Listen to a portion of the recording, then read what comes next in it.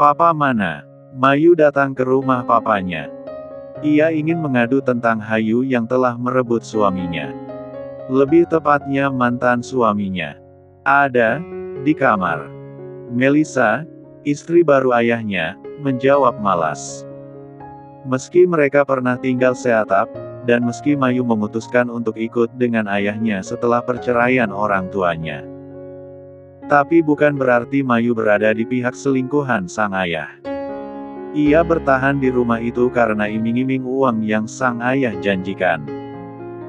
Sesuatu yang tidak akan ia dapatkan dari sang ibu yang memang hanya ibu rumah tangga biasa. Bahkan setelah perceraian itu, ibunya membawa Hayu tinggal di kampung. Dan Mayu tidak sudi untuk tinggal di pelosok, tempat tinggal neneknya. Semenjak itulah hubungannya dengan Hayu memburuk. Mayu. Kebetulan Hendrawan baru keluar dari kamarnya. Papa. Mayu langsung memeluk ayahnya. Mayu kangen sama papa. Ia memang semanja itu, terlebih semenjak Hayu tidak ada. Seluruh kasih sayang sang ayah sepenuhnya untuknya. Apa yang ia mau pasti akan dituruti. Papa juga kangen sama kamu. Kayla mana? Hendrawan menanyakan cucunya. Kayla di rumah sama naninya. Kok nggak diajak ke sini, Mei? Papa kangen sama Kayla. Sudah lama kamu nggak ajak Kayla ke sini. Ya nanti lain kali Mayu bawa, deh. Tapi sekarang ada hal penting yang mau aku omongin sama papa. Ini tentang Hayu. Hayu. Firasat Hendrawan langsung buruk ketika Mayu menyebutkan nama adiknya. Iya, Pak. Hayu ternyata orang ketiga dalam rumah tanggaku. Dia yang sudah buat suami aku berpaling, Pak. Bahkan sekarang katanya dia hamil anak Mas Kaisar, Pak. Benar-benar nggak punya otak dia. Mayu bercerita dengan menggebu dan menderama. Mayu mau sang papanya berada di pihaknya dan membuat perhitungan dengan adiknya itu. Karena sampai saat ini ia belum bisa menemukan Hayu. Hendrawan nampak kebingungan melihat sang anak yang menangis. Ia tak tega melihat Mayu yang terluka. Karena itu seperti ia sedang melihat mendiang mantan istrinya yang telah begitu tega ia lukai. Penyesalan memang selalu datang di akhir. Apa harus ia berikan fakta bahwa belum lama ini ialah yang menikahkan Hayu dengan mantan menantunya? Pak, kok papa malah diam, sih? Mayu kesal. Respon papanya tak sesuai dengan ekspektasinya. Maaf, Mei. Papa cuma lagi banyak pikiran. Hendrawan bingung. Bagaimana ia memulai untuk menceritakan tentang pernikahan Hayu? Kenapa? Papa lagi ribut sama Tante Melissa. Tebak Mayu. Karena itu bukanlah hal yang baru.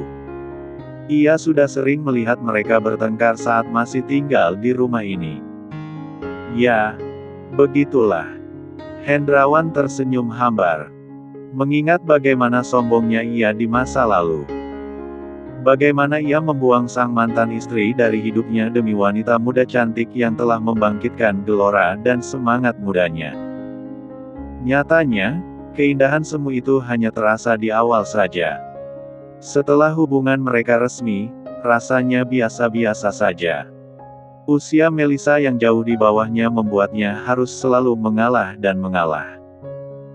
Satu-satunya alasan yang membuatnya tetap mempertahankan Melissa hingga saat ini hanya satu. Ia hanya ingin menunjukkan pada orang-orang yang dulu menghinanya karena perselingkuhan itu, bahwa ia bahagia dengan pilihannya. Meski pada kenyataannya justru sebaliknya. Mei. Ya, Pak. Mayu merasa ada yang aneh karena sang papa terlihat murung. Seperti ada yang sedang dipikirkannya. Mengenai perceraian kamu. Hendrawan menjeda kalimatnya. Sebelum kamu menyalahkan adikmu, cobalah introspeksi diri dulu, ucapnya hati-hati. Maksud papa? Mayu seketika tak terima papanya memihak Hayu dan bukan dirinya. Berapa kali kamu berselingkuh di belakang suami kamu, Mei? Bahkan Kayla saja anak kamu dengan laki-laki lain bukan? Wajah Mayu memucat, tak mengira papanya tahu mengenai rahasia yang selama ini ia simpan rapat-rapat. Papa tahu semuanya, Mei. Selama ini papa diam. Karena ketika papa melihat kamu, itu seperti papa sedang bercermin dengan kesalahan sendiri. Hendrawan lagi-lagi tersenyum hambar. Biarkan Kaisar bahagia dengan pilihannya. Dia sudah berkali-kali memaafkan dan memberi kamu kesempatan, tapi kamu menyia-nyiakannya. Bukan salah Hayu jika membuat mantan suami kamu jatuh cinta. Kamu yang membuka celah itu. Pak, Mayu tetap tak mau mengakui salahnya. Belajarlah menghargai hal berharga di hidupmu, nak. Kalau kamu memang salah, akui, minta maaf, jangan malah menyalahkan orang lain. Jangan mengulang kesalahan papa. Atau kamu akan menyesal nantinya. Selamat pagi. Begitu membuka matanya pagi itu, Kaisar langsung disambut senyum hangat dari istrinya. Tapi tentu saja itu sesuatu yang masih cukup aneh untuknya. Karena niat awal ia memulai pernikahan ini bukanlah untuk menjalani pernikahan yang sesungguhnya. Seperti ini. Sudah siang. Kamu tidak kerja? Tanya Hayu yang sepertinya sedang menyiapkan baju kerja untuknya. Kak kerja. Kaisar masih takjub dengan sikap Hayu pagi ini. Ya, sudah. Mandi sana. Baju kerja kamu sudah aku siapkan. Aku turun dulu mau selesaikan dulu bikin sarapan. Wanita itu berlalu dengan anggun. Mendadak aura barbar yang melekat di diri Hayu seakan sirna dan berganti dengan aura keibuan. Apa ini mimpi? Kaisar menepuk pipi dan mencubitnya. Ini nyata. Mau yang mana? Hah? Kaisar lagi-lagi dibuat shock, saat di meja makan, Hayu langsung melayaninya, seperti yang biasa ibunya lakukan pada ayahnya. Sedang saat bersama Mayu ia tidak pernah diperlakukan seperti ini. Hayu tahu ini akan sedikit aneh, tapi ia sudah mengambil keputusan bahwa akan berjuang untuk pernikahannya ini. Ia lalu langsung mengambil beberapa lauk dan sayur yang menurutnya akan disukai suaminya. Terima kasih. Kaisar mengucap terbata.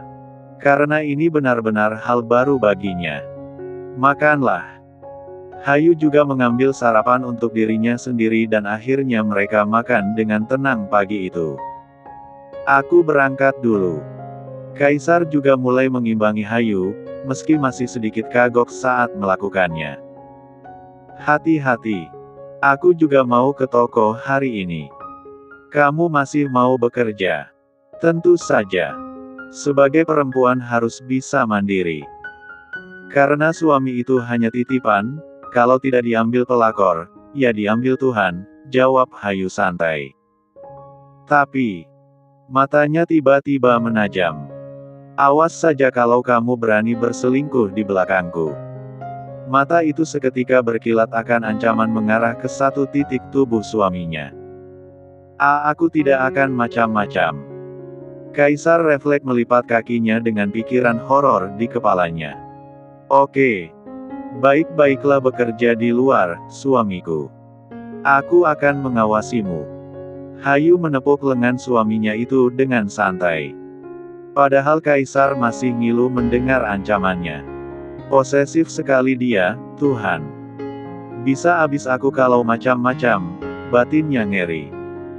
Jadi, sekarang kamu sudah cerai sama Mayu, Kai. Stella, salah satu teman dekat Kaisar, datang ke kantor siang itu. Tentunya untuk memastikan bahwa kabar yang ia terima benar adanya. Karena itu artinya kesempatannya mendekati Kaisar telah terbuka lebar. Begitulah. Kaisar tetap di kursi kerjanya sembari menandatangi beberapa berkas yang menumpuk di mejanya karena 2 hari ia sibuk mengurus Hayu juga pernikahan kilatnya. Makanya aku bilang juga apa, Kai. Mayu itu nggak bener. Kamunya bucin parah nggak jelas, omel Stella yang memang tahu bagaimana busuknya Mayu. Sudahlah. Tidak usah dibahas lagi. Itu sudah masa lalu. Kaisar malas harus membahas kebodohannya bertahun-tahun lamanya. Ia akui, ia memang setolol itu. Jadi, sekarang status kamu duda, dong. Kaisar masih berusaha fokus dengan pekerjaannya. Jadi, nggak ada yang bakalan marah kalau aku ngajak kamu makan siang dong. Stella akhirnya masuk ke tujuan utama, ia datang ke kantor Kaisar. Karena selama ini ia memang menaruh hati pada pria yang bucin pada Mayu itu. Sayangnya, ia tak punya celah untuk masuk. Semua fakta yang ia beberkan tentang Mayu, dimentahkan oleh Kaisar hingga hubungan mereka sedikit memburuk selama beberapa waktu. Kaisar awalnya ingin mengiyakan, bahwa tak ada yang akan marah jika ia makan siang dengan seorang perempuan. Tapi kemudian bayangan hayu yang menatapnya bengis melintas di depan wajahnya. Jangan sampai burung muka UMASAK jadi gulai. Kalimat mengerikan itu ditambah bayang kilatan pisau yang menjadi senjata andalan istrinya saat memasak. Mendadak Kaisar ngeri sendiri. Astaga! Pria itu seketika terlonjak kaget ketika tiba-tiba Stella sudah berada di sampingnya dan menyentuh lengannya. Spontan saja ia mendorong tubuh wanita itu sekuat tenaga. "Kai, kamu kenapa, sih?" Stella kaget bukan main. Ia sampai jatuh terduduk di lantai gara-gara ulah Kaisar. Sorry, Stell. Lagian siapa suruh kamu mengagetkanku? Lah kamu ditanya malah diam saja, Kai. Aku pikir kamu kesurupan atau bagaimana, dumel Stella sembari bangkit dengan susah payah. Mana Kaisar tak ada pengertiannya sama sekali. Bukannya membantunya berdiri atau bagaimana, malah mager di kursinya. Benar-benar tak peka. Cih. Mana ada ceritanya aku kesurupan. Sudahlah kamu pulang sana. Aku sibuk sekarang, usirnya kemudian. Jahat banget kamu, Kai. Bukannya minta maaf malah kamu tega ngusir aku. Bukannya gitu, Stell. Aku tidak mau sampai disunat. Kaisar menutup mulutnya yang malah keceplosan bicara. Disunat. Stella terang bingung. Siapa juga yang mau nyunat kamu, Kai? Aku itu cuma mau ngajak kamu makan siang. Wanita itu terheran. Sudahlah. Aku sibuk, Stell. Aku juga belum lapar. Kaisar melirik ponselnya yang tiba-tiba bergetar di atas mejanya. Ada panggilan masuk dari istri tercinta. Sejak kapan nama Hayu berubah menjadi istri tercinta? Kaisar langsung menyaut ponselnya, dan menjawab panggilan itu. Halo. Halo, suamiku. Kamu sudah makan siang? Kaisar langsung melirik Stella yang penasaran dirinya mendapat panggilan dari siapa. Belum. Jadi kamu di kantor, kan? Ya, iya. Ya, sudah. Aku ada di depan pintu ruanganmu. Apa? Kaisar langsung terlonjak dari kursinya. Pandangannya langsung tertuju ke pintu ruangannya yang tiba-tiba diketuk dari luar. Taraf. Aku datang. Belum juga ia menyingkirkan Stella, pintu itu sudah membuka lebih dulu. Kaisar menurunkan ponselnya penuh dramatis. Mampus. Masalahnya, Stella ada di sampingnya, dengan pakaian yang bisa dibilang sangat terbuka. Ditambah lagi, bentuk tubuh Stella memang terlalu menonjol di bagian-bagian tertentu. Sudah pasti Hayu akan salah paham. Siapa? Kai? Pandangan Stella menelisik pada kedatangan Hayu. Dan siapa wanita ini masuk ke ruangan Kaisar dengan kata-kata seperti itu? Dia istriku. Kaisar langsung keluar dari mejanya dengan melewati Stella begitu saja. Kenapa datang tidak memberi kabar dulu? Kaisar nampak merangkul istrinya itu untuk masuk dan duduk di sofa. Aku ingin memberimu kejutan.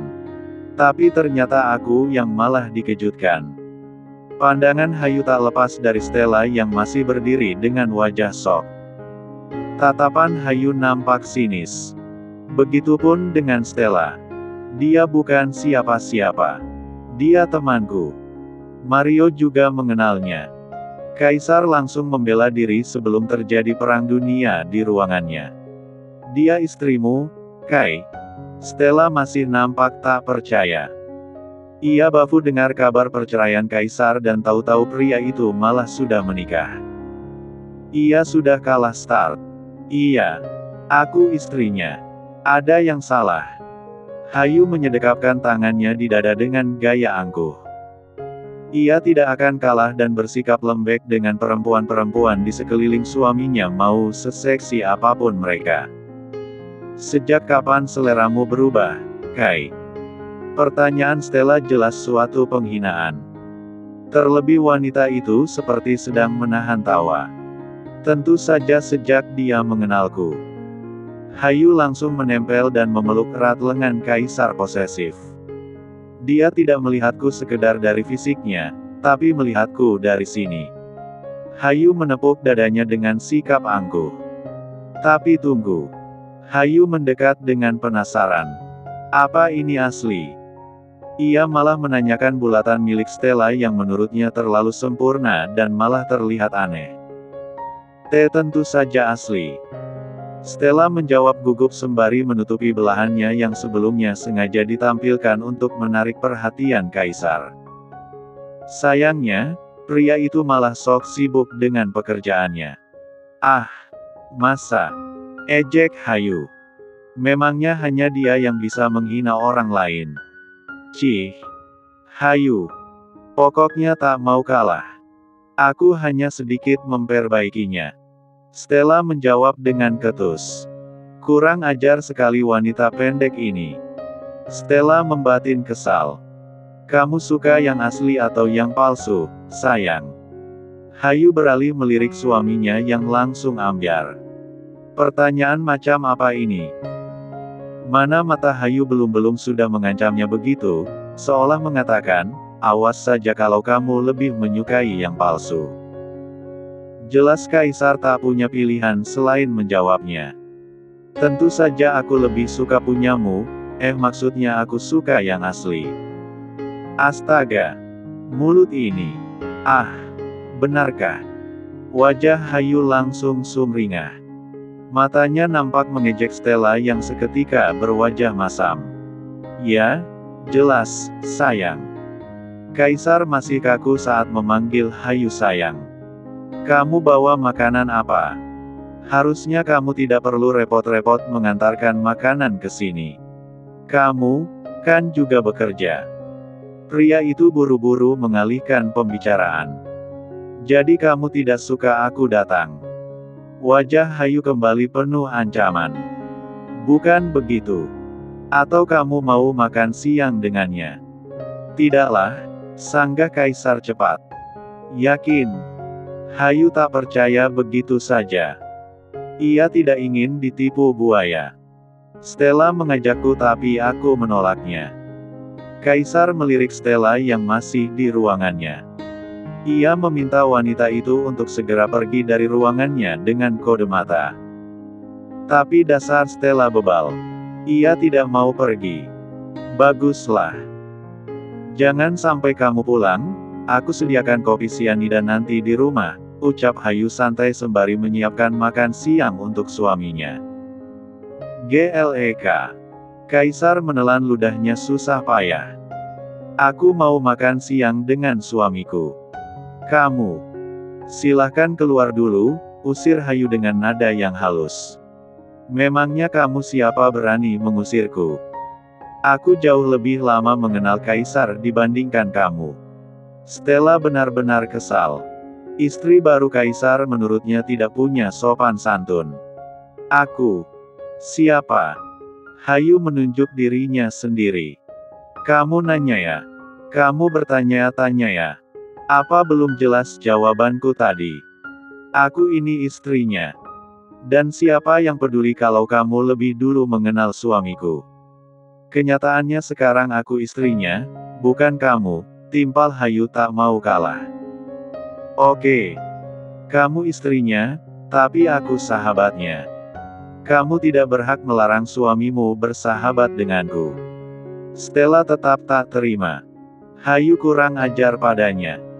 Ia yakin wanita ini belum lama mengenal Kaisar, tapi sudah sombong. Sahabat katamu. Hayu lama-lama mulai terpancing emosi. Dengar, ya.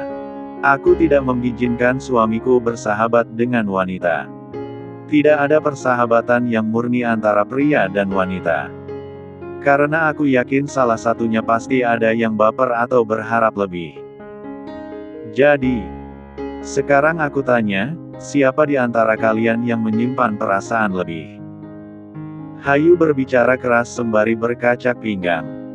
Secepat respon yang diberikan dua manusia di ruangan itu. Kaisar menggeleng cepat, lalu menunjuk Stella yang tak berkutik. Karena memang dirinya lah yang menyimpan rasa untuk pria itu. Si jangan bicara tentang persahabatan konyol kalian di hadapanku. Silahkan keluar.